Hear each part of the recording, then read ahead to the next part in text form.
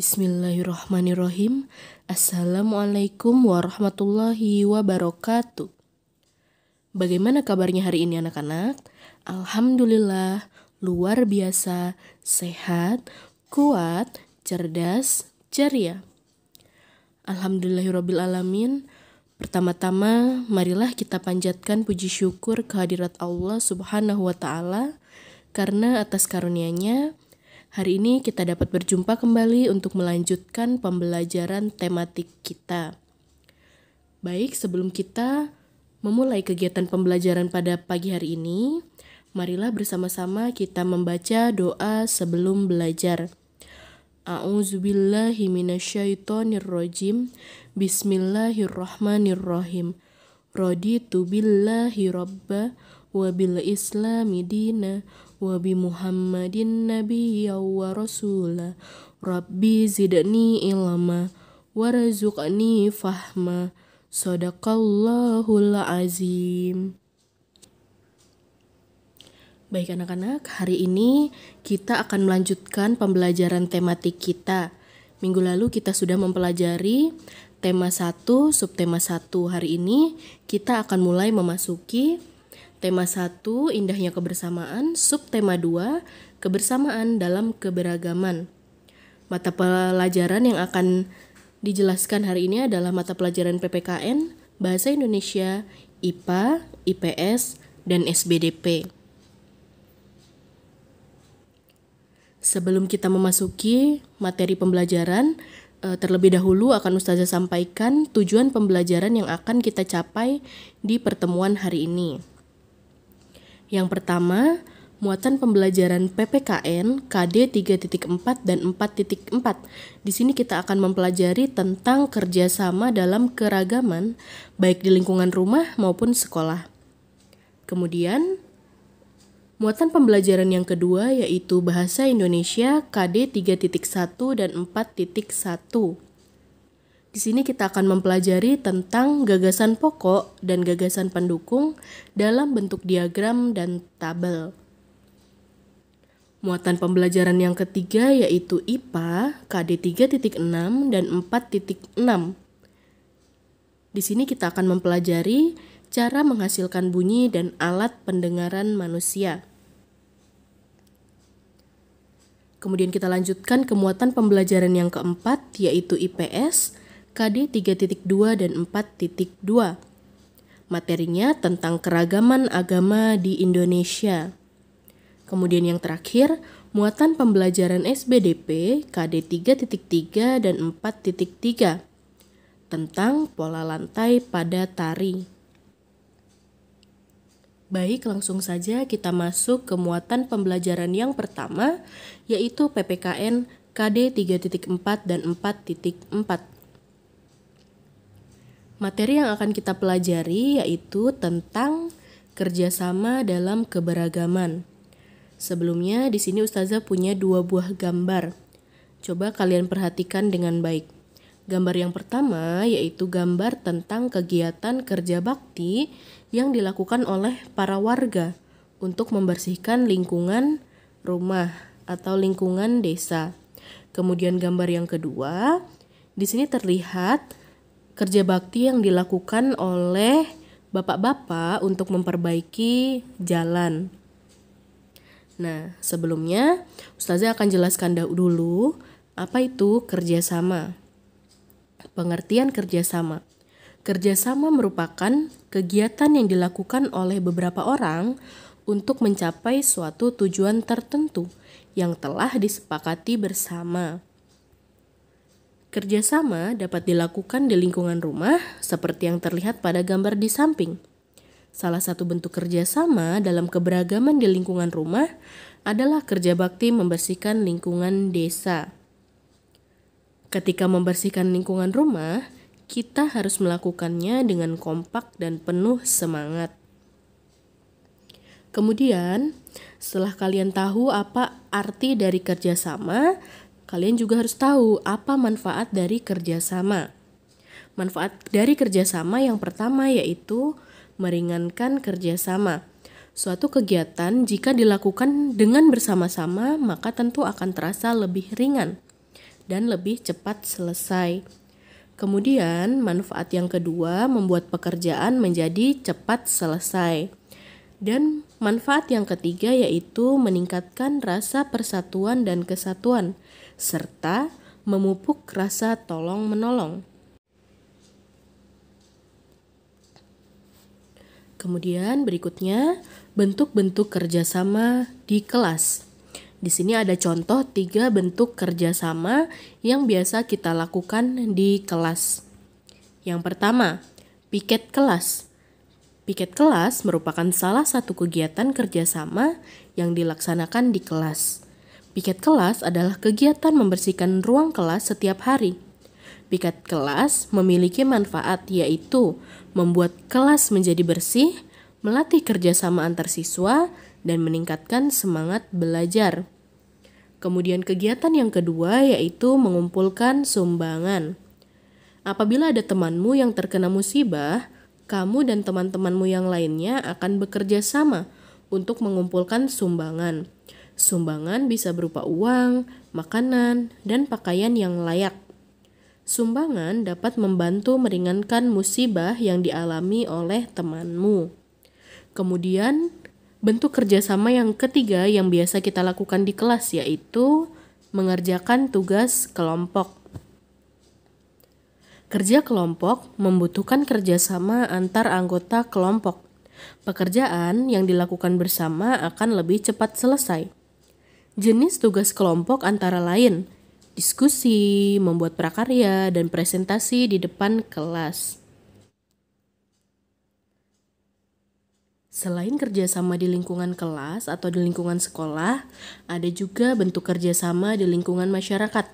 Di sini ada 4 buah contoh kerjasama yang biasa dilakukan di lingkungan masyarakat. Yang pertama yaitu ronda. Apa itu ronda? Ronda adalah kegiatan berkeliling yang dilaksanakan pada malam hari. Ronda bertujuan untuk menjaga keamanan lingkungan sekitar. Setiap malam, warga bergiliran dan bekerja sama melaksanakan ronda. Kemudian, bentuk kerjasama yang kedua yaitu kerja bakti. Kegiatan kerja bakti adalah kegiatan yang dilakukan bersama-sama yang berguna untuk kepentingan bersama. Contohnya, kerja bakti yang biasa dilakukan di lingkungan masyarakat adalah membersihkan sampah yang menyumbat selokan, memperbaiki jalan, memperindah taman, dan masih banyak lagi. Bentuk kerjasama yang ketiga yaitu gotong royong. Gotong royong dapat menimbulkan rasa kebersamaan dan tolong-menolong antar warga. Contohnya saat terjadi bencana, para relawan bergotong royong membantu warga dengan memberikan bantuan berupa makanan, tempat pengungsian, dan pakaian. Bentuk kerjasama yang terakhir yang biasa dilakukan di lingkungan masyarakat adalah persiapan hari ulang tahun RI atau Hari Kemerdekaan yang biasa kita rayakan pada tanggal 17 Agustus. Seluruh warga desa yang berbeda suku dan juga berbeda agama bekerja sama dalam persiapan Hari Kemerdekaan. Para warga menyusun berbagai acara yang akan diadakan saat Hari Kemerdekaan, seperti upacara bendera dan berbagai macam perlombaan lainnya. Baik, kita lanjutkan ke muatan pembelajaran yang kedua yaitu Bahasa Indonesia KD 3.6 dan 4.6. Yang pertama, di sini Ustazah akan sedikit mengingatkan tentang gagasan pokok dan gagasan pendukung pada suatu teks. Suatu teks itu biasanya memiliki 2 gagasan. Yang pertama ada gagasan pokok. Gagasan pokok itu apa? Gagasan pokok adalah gagasan yang memuat ide pokok atau inti dari suatu cerita.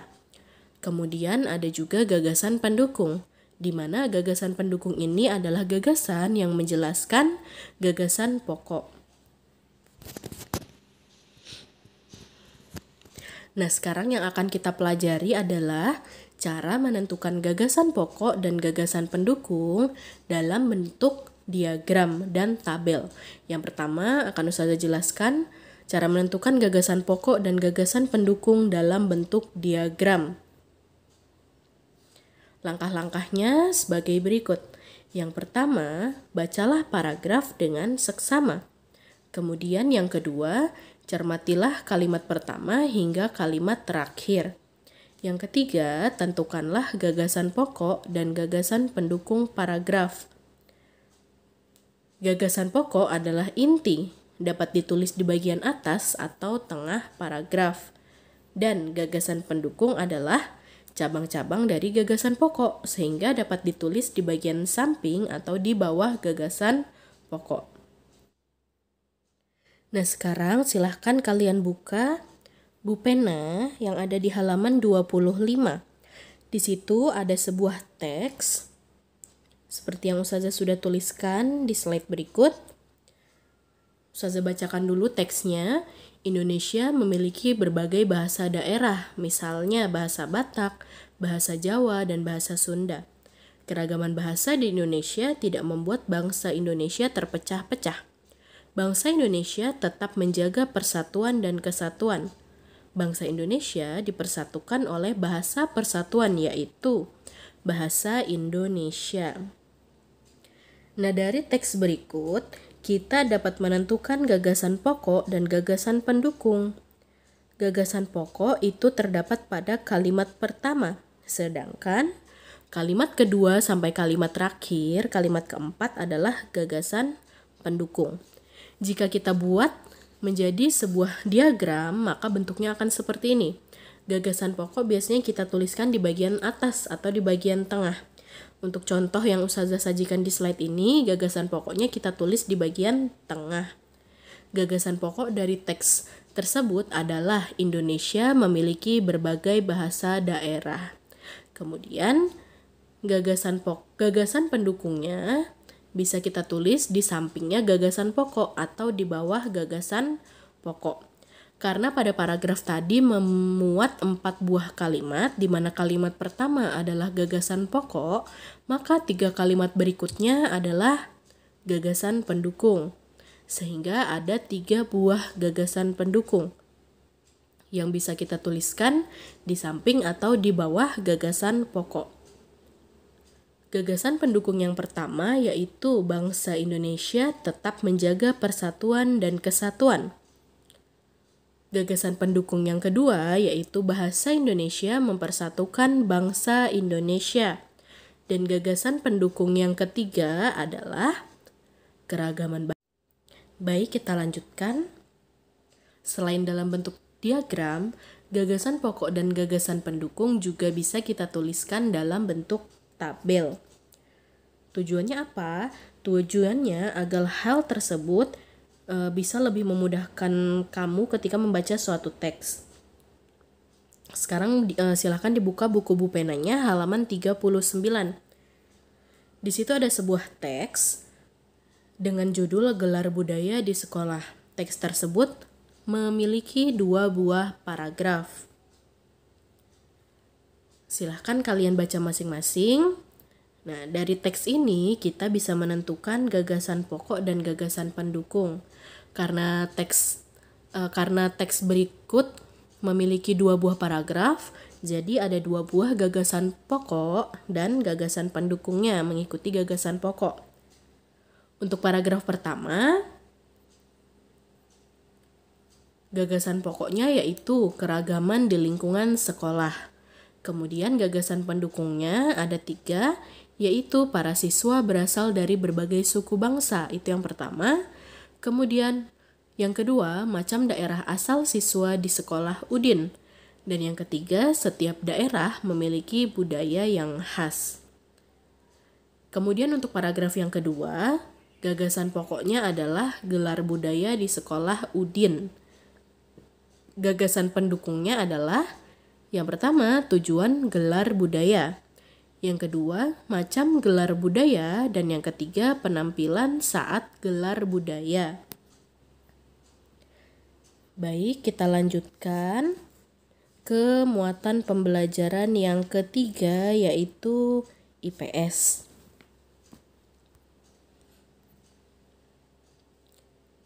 Sebelumnya silahkan perhatikan gambar yang ada dalam slide berikut.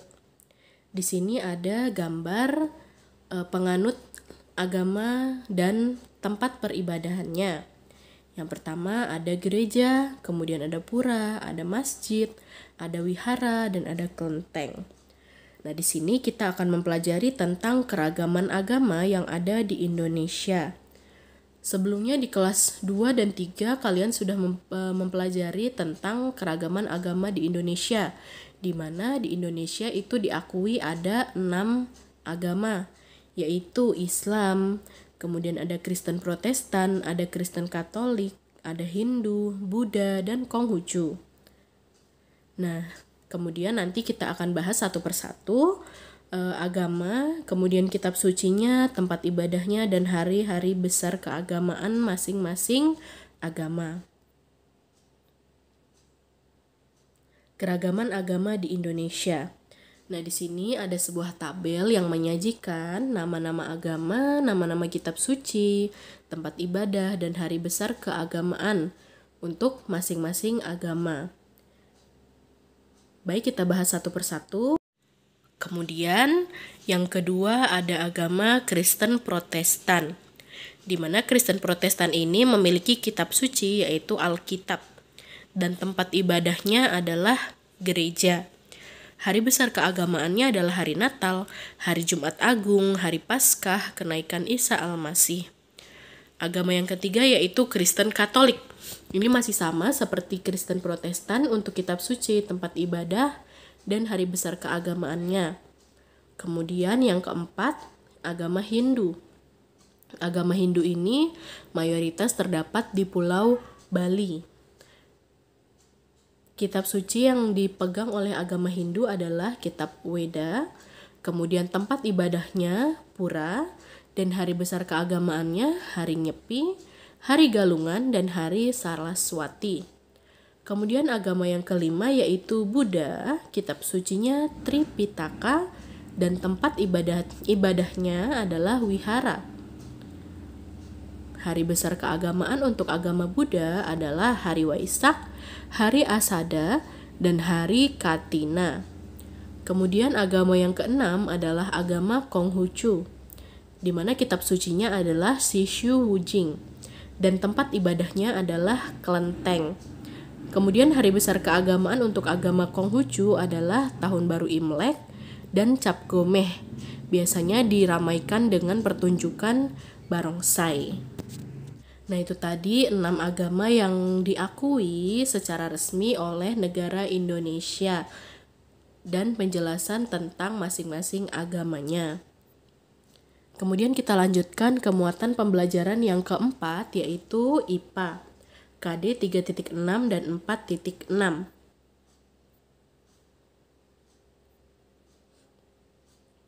Yang pertama, kita akan mempelajari tentang cara menghasilkan bunyi pada benda. Cara menghasilkan bunyi pada benda sudah kita bahas di subtema 1 kemarin. Nah, sekarang diperhatikan ada 3 buah gambar alat musik atau instrumen musik yang berbeda. Gambar pertama itu ada alat musik biola. Kemudian gambar yang kedua ada alat musik marakas, dan gambar yang ketiga ada alat musik gendang.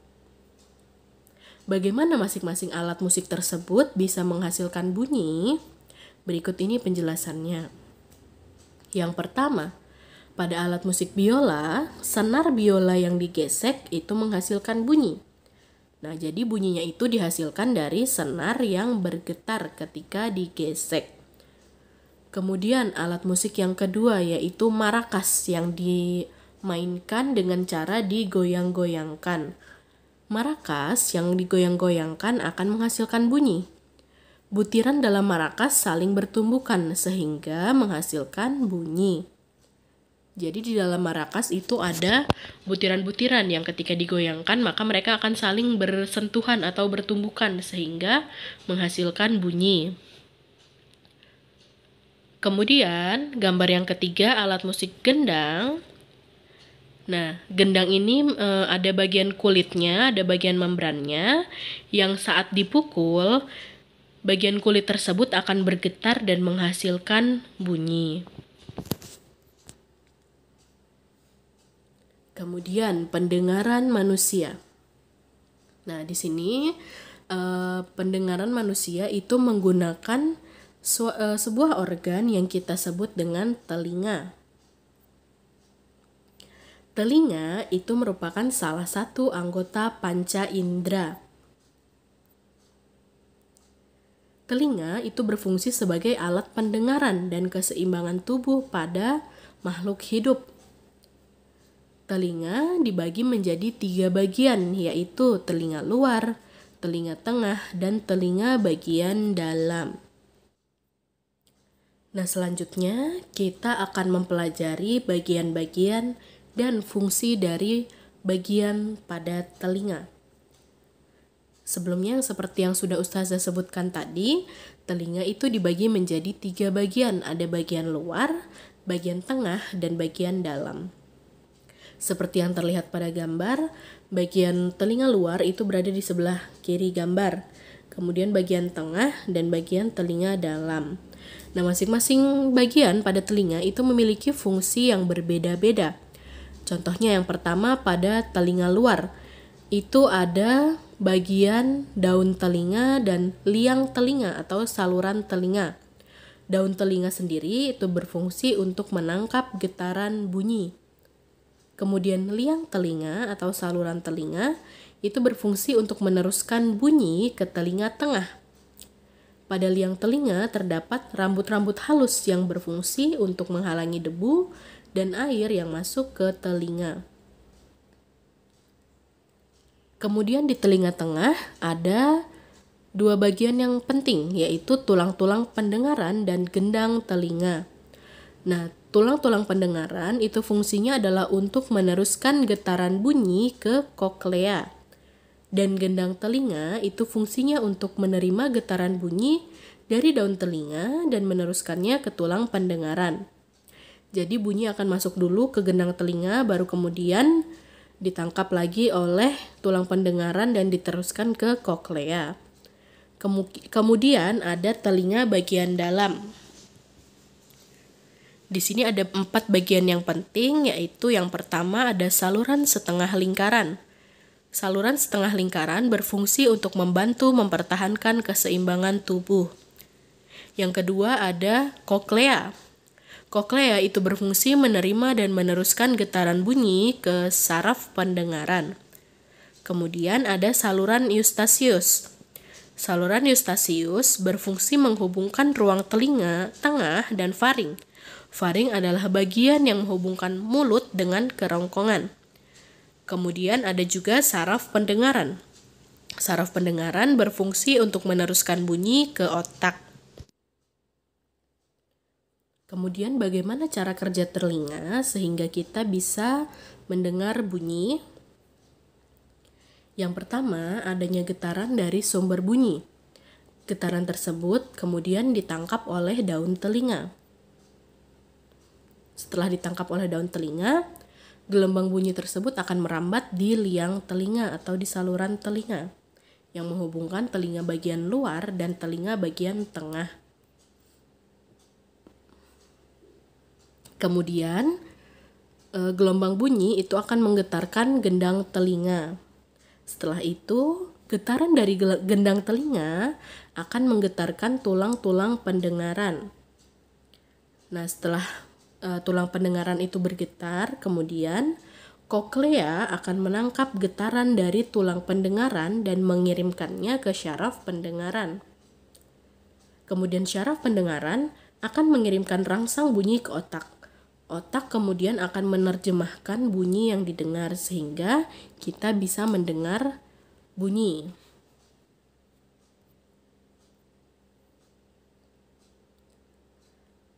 Kita lanjutkan, kepekaan telinga sebagai indera pendengar.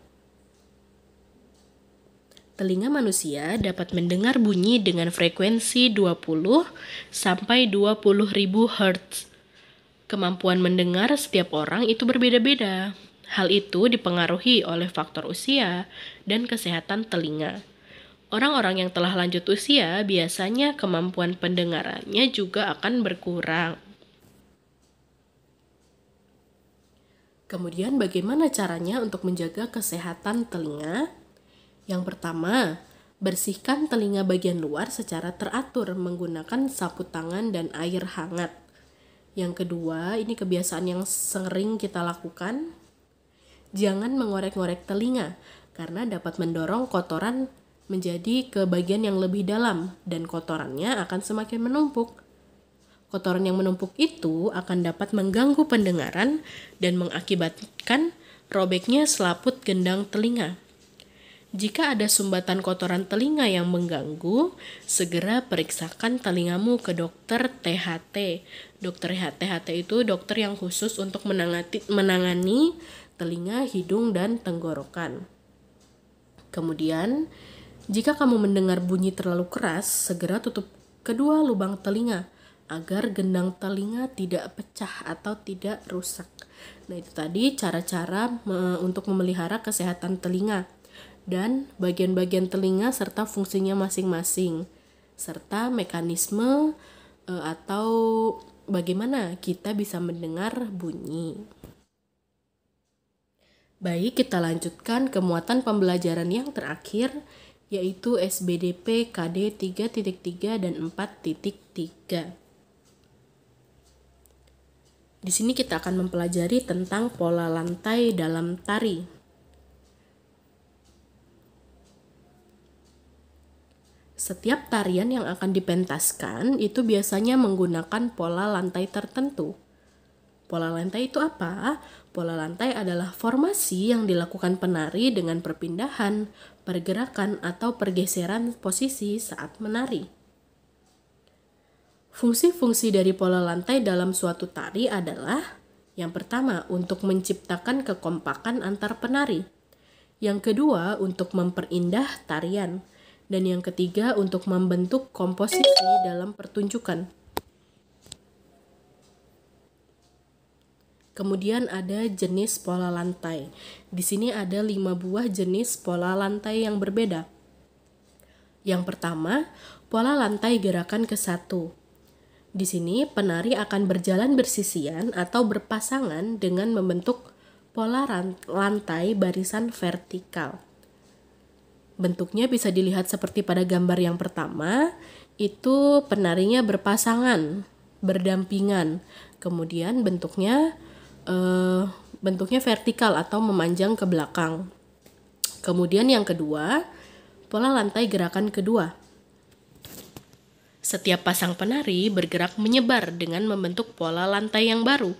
Nah, gerakan menyebarnya ini gerakannya ke samping kanan dan ke samping kiri secara berseling. Jadi penari yang ada di paling depan dia tetap di tempat. Kemudian penari yang ada di nomor 2 dia akan bergeser ke kanan. Kemudian penari berikutnya akan bergeser ke kiri. Nah, kemudian begitu seterusnya bergantian ke kanan dan ke kiri, sehingga akan menghasilkan pola lantai yang baru. Kemudian yang ketiga, pola lantai gerakan ketiga. Setiap pasang penari bergerak membentuk pola lantai barisan horizontal. Jadi kalau yang pertama tadi polanya yaitu vertikal, untuk gerakan yang ketiga polanya adalah horizontal. Penarinya masih berpasangan, kemudian dia akan membentuk barisan memanjang dari kanan ke kiri. Itu disebut dengan pola horizontal. Kemudian pola lantai yang keempat yaitu setiap penari bergerak ke depan dan ke belakang membentuk pola lantai baru. Nah, jadi untuk pola lantai gerakan keempat ini sudah tidak berpasangan. Jadi masing-masing penari dia akan berselang-seling ke depan dan ke belakang. Sehingga akan terbentuk pola lantai yang baru seperti yang terlihat pada gambar skema keempat. Gambar yang ini. Kemudian pola lantai yang terakhir, ada pola lantai gerakan kelima. Di sini setiap penari bergerak secara bersamaan membentuk sebuah lingkaran. Jadi semua penari bergerak untuk membentuk sebuah lingkaran, sebuah bulatan. Seperti yang terlihat pada gambar ini.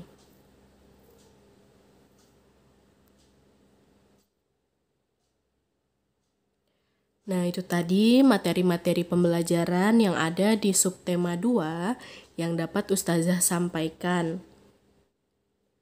Untuk pertemuan hari ini tidak ada penugasan, jadi hanya penyampaian materi saja, dan untuk penugasannya akan disampaikan di pertemuan berikutnya pada hari Kamis. Baik, sebelum kita mengakhiri kegiatan pembelajaran kita pada hari ini, marilah bersama-sama kita membaca doa sesudah belajar. Bismillahirrahmanirrahim.